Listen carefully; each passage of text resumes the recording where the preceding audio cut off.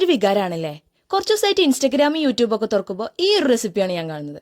അപ്പോൾ പിന്നെ ഒന്ന് ഉണ്ടാക്കി നോക്കിയാലോ വിചാരിച്ച്. ഉണ്ടാക്കാൻ വേണ്ടി പോയി നോക്കിയപ്പോഴോ എടുക്കണം, ഉണക്കമുളകില്ല. മൂട് പോയി. ഞാൻ വിട്ടുകൊടുക്കോ?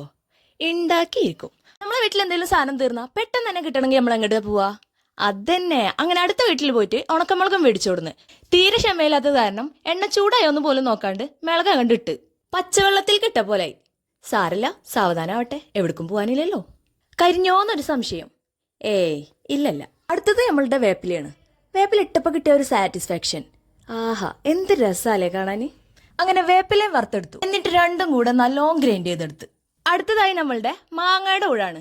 ഞാൻ എടുത്തത് കറുത്ത മൂവാണ്ടൻ മാങ്ങയാണ്. അതുകൊണ്ട് തന്നെ എണ്ണയിലിട്ടെടുത്തതും ആള് വാടിക്കുഴഞ്ഞു പോയി. എന്റെ കുറ്റല്ല, മാങ്ങയുടെ കുറ്റാണ്. ആ വീഡിയോയിൽ കണ്ട പോലത്തെ ലുക്ക് കിട്ടിയില്ല. ലുക്കിലല്ലല്ലോ കാര്യം, വർക്കിലല്ലേ. നമുക്ക് നോക്കാം. എന്റെ ഓവർ കോൺഫിഡൻസ് കാരണം ചതച്ചു വെച്ചത് ഫുള്ള് എടുത്ത് മാങ്ങയിലിട്ടു. മുളക് എടുത്തത് കൂടിയോന്നൊരു സംശയം. ഏയ്. അങ്ങനെ കുറച്ച് കായപ്പൊടിയും ഉപ്പും ഇട്ടിട്ട് നന്നായി ഉണ്ട് കുഴച്ചു കൊടുത്തു. ആ വീഡിയോയിൽ കണ്ടതും ഇതും തമ്മിൽ കാഴ്ചയിൽ ഒരു ബന്ധമില്ല കേട്ടോ. അതുപോലെ തന്നെ ലുക്ക് കിട്ടണമെന്നുണ്ടെങ്കിൽ ഉടയാത്ത മാങ്ങ എടുത്ത് ചെയ്യാൻ നോക്കിട്ടാ. ഇനി ഒന്ന് കഴിച്ചു നോക്കട്ടെ. കാണാനൊരു ലുക്കില്ലെന്നുള്ളൂ, ഭയങ്കര ടേസ്റ്റാ. എരുത്തിരി കൂടി പോയിന്നല്ലാതെ വേറൊരു കുറ്റവും ഇതിനില്ല. എനിക്ക് മാത്രല്ല, വീട്ടിലുള്ളവർക്ക് ഇഷ്ടമായി. അപ്പൊ അടുത്ത വീഡിയോയിൽ കാണാം. ബൈ.